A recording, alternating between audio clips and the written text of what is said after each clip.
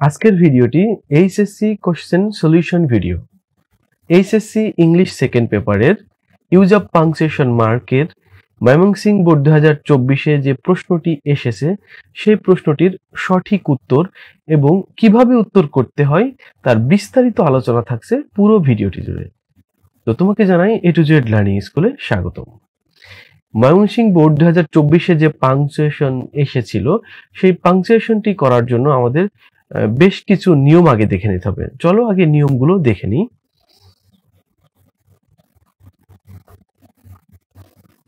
Rule analysis আমরা প্রথমেই দেখে নেব ইন্টারোগেশন মার্ক কোন কোন ক্ষেত্রে বসে এবং কি কি থাকলে আমরা যে কোনো পাংচুয়েশন মার্কে ইন্টারোগেশন মার্কগুলো ব্যবহার করব তার বিস্তারিত আলোচনা এবং শর্টকাট যে মেথড রয়েছে সেই পদ্ধতিতে আলোচনা।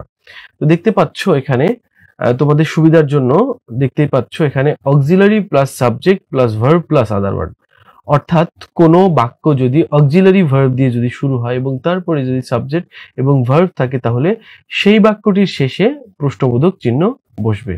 ঠিক আগের মতোই দেখতে পাচ্ছ আগের সেন্টেন্সটি, অর্থাৎ এই দেখতে পাচ্ছ auxiliary verb subject plus verb plus other word, এখানে যেমনটি রয়েছে ঠিক তার আগেই যদি ডব্লিউএস ওয়ার্ড বসে যায় তাহলেও সেই বাক্যটির শেষে ইন্টারোগেশন মার্ক বসে যাবে।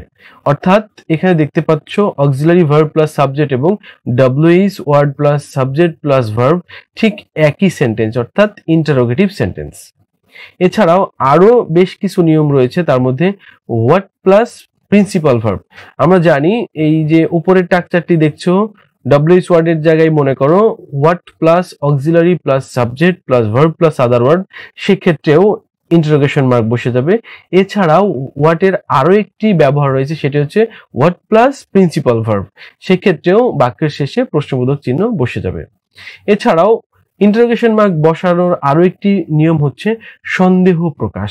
যদি কোনো বাক্যের কোনো একটি ওয়ার্ড দিয়ে যদি সন্দেহ প্রকাশ করে তাহলে সেক্ষেত্রে আমরা কি ব্যবহার করব? ইন্টারোগেশন মার্ক ব্যবহার করব। তাহলে আমরা খুব সহজেই শিখে গেলাম auxiliary verb subject plus verb যদি দিয়ে শুরু হয় কোনো বাক্য তাহলে শেষে interrogation mark, WS word subject plus verb হলে সেক্ষেত্রেও interrogation mark, what plus principal verb হলেও ইন্টারোগেশন মার্ক এবং সন্দেহ প্রকাশ করলেও ইন্টারোগেশন মার্ক বসে যাবে। এরপর যে আমরা দেখে নেব অ্যাপোস্ট্রফির ব্যবহার।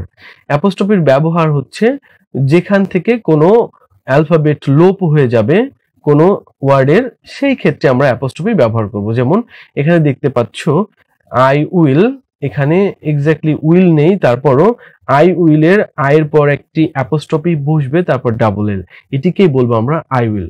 তোমরা পাংচুয়েশন মার্কে আই ডাবল এল থাকলেও ঠিক একইভাবে আই অ্যাপোস্ট্রফি ডাবল এল ব্যবহার করবে। এরপরে উইল নট এর সংক্ষিপ্ত রূপ হচ্ছে ওন্ট।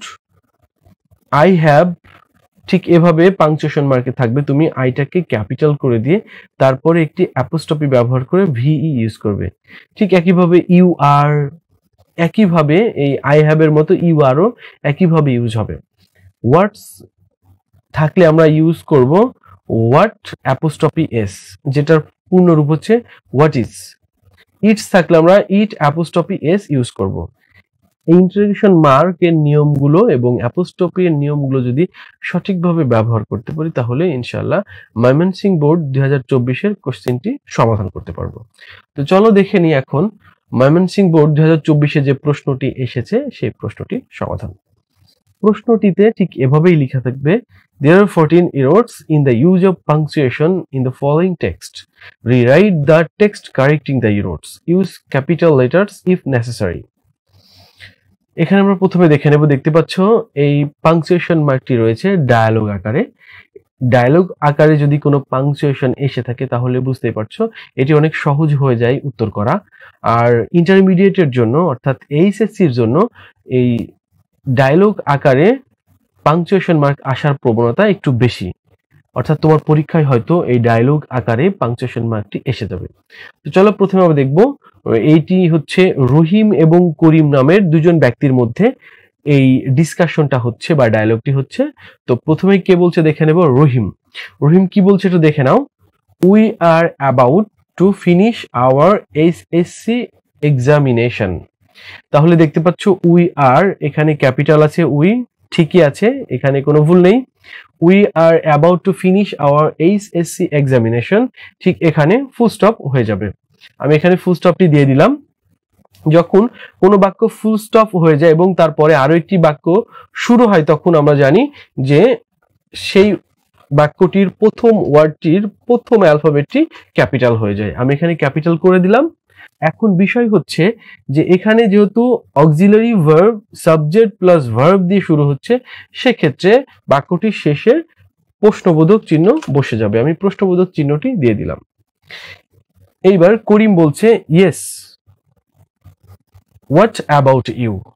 এখানে দেখতে পাচ্ছ ইয়েস এর পর কমা আছে। যদি ইয়েস এর পরে তুমি কমা রাখো তাহলে ডেফিনেটলি এই ডব্লিউটা স্মল লেটার হয়ে যাবে, এবং যেহেতু হোয়াট অ্যাবাউট ইউ প্রশ্ন করছে, সেক্ষেত্রে আমরা এই বাক্যটির শেষে প্রশ্নবোধক চিহ্ন বসিয়ে দেব। এটি ঠিক একভাবে তুমি করতে পারো। যদি তুমি এইভাবে করতে না চাও তাহলে আরেকভাবে এটি করা যায়, সেটিও তোমাদের শিখিয়ে দিচ্ছি, সেটিও সঠিক। যদি তুমি এখানে এই কমার পরিবর্তে ইয়েস, যেহেতু একটা বাক্য শেষ করে ফেলছে একটা ওয়ার্ড দিয়ে, সেক্ষেত্রে তুমি এখানে ফুল স্টপ ইউজ করতে পারো। যদি তুমি এখানে ফুল স্টপটি ইউজ করো তো ডেফিনেটলি তোমাকে কি ইউজ করতে হবে, এখানে ডব্লিউ ব্যবহার করতে হবে। তো এই দুই ভাবে তুমি এখানে এই অ্যান্সারটি করতে পারো।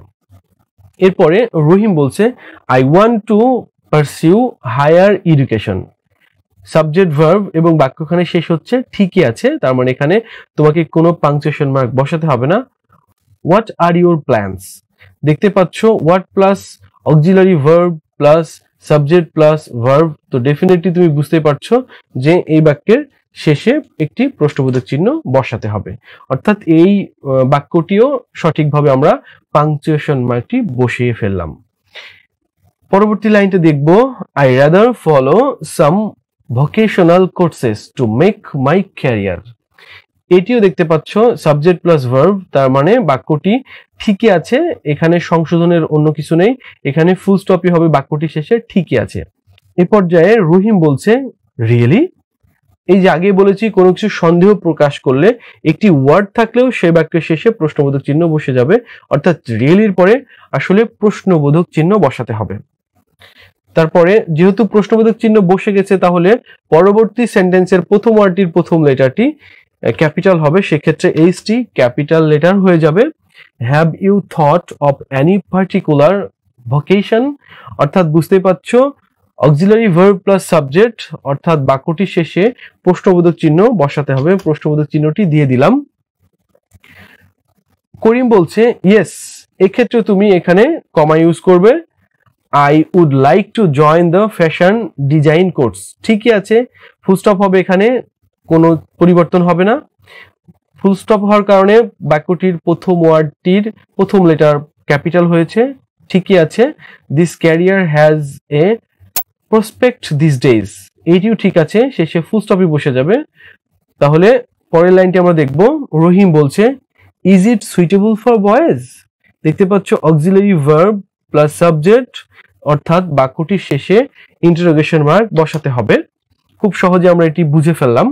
দেখতে পাচ্ছ প্রত্যেকটি জায়গাতে আমি যে নিয়মগুলো তোমাদের দেখিয়ে দিয়েছি সেগুলো থেকেই কিন্তু অ্যান্সার করতে পারছি আমরা অনায়াসেই এবং খুব সহজেই। করিম বলছে হোয়াই নট, অর্থাৎ এখানে বাক্যটি প্রশ্নের মাধ্যমে শেষ হয়ে যাচ্ছে, হোয়াই নট। বি ক্যাপিটাল রয়েছে, ঠিক আছে। Boys are as good as girl in many profession nowadays, এবং বাক্যটি এখানে শেষ হচ্ছে, ফুল স্টপ ঠিকই আছে। ডাব্লু বড় হাতের রয়েছে ক্যাপিটাল লেটারে, ঠিক আছে। ওয়ার্ডস এখানে একটি অ্যাপোস্ট্রফি ব্যবহার হবে, দেখতে পাচ্ছ এখানে আমি অ্যাপোস্ট্রফিটি দিয়ে দিলাম। হোয়াটস ইউর ফিউচার প্ল্যান, অর্থাৎ বাক্যটির শেষে আবারও প্রশ্নবোধক চিহ্ন বসাতে হবে, প্রশ্নবোধক চিহ্ন বসিয়ে দিলাম। এবার রহিম বলছে I would like to go for teaching. Subject verb আর অন্য কিছু বসার মতো কোনো সাইন নেই, তাই বাক্যটি শেষে ফুল স্টপ বসে যাবে। পরবর্তী লাইনে চলে যাব। করিম বলছে ইটস এ গুড প্রফেশন, অর্থাৎ it's that means it is, অর্থাৎ এখানে একটি অ্যাপোস্ট্রফি বসে যাবে। It's a good profession for a studious boy like you, বাক্যটি শেষে ফুল স্টপ বসে যাবে। ঠিক এভাবে দেখতে পেলে যে আমি যে নিয়মগুলো তোমাদের আগে দেখিয়ে দিলাম, সেই নিয়মগুলো দেখার পরে যদি তুমি যে কোনো পাংচুয়েশন শুরু করো তাহলে এগুলো খুব অনায়াসে এবং খুব সহজভাবেই উত্তর করতে পারবে। আর এখানে বুঝতেই পারছো যে আসলে নিয়মের বাইরে কোথাও কিছু হচ্ছে না এবং কয়েকটা নিয়ম ঘুরে ফিরে বারবার ব্যবহার হচ্ছে। প্রিয় শিক্ষার্থী, এতক্ষণ ধরে ভিডিওটির সঙ্গে থাকার জন্য তোমাদের অসংখ্য ধন্যবাদ। দেখতেই পাচ্ছ, এমন মজার ভিডিও পাওয়ার জন্য অবশ্যই আমাদের চ্যানেলটি সাবস্ক্রাইব করে আমাদের পাশেই থাকবে।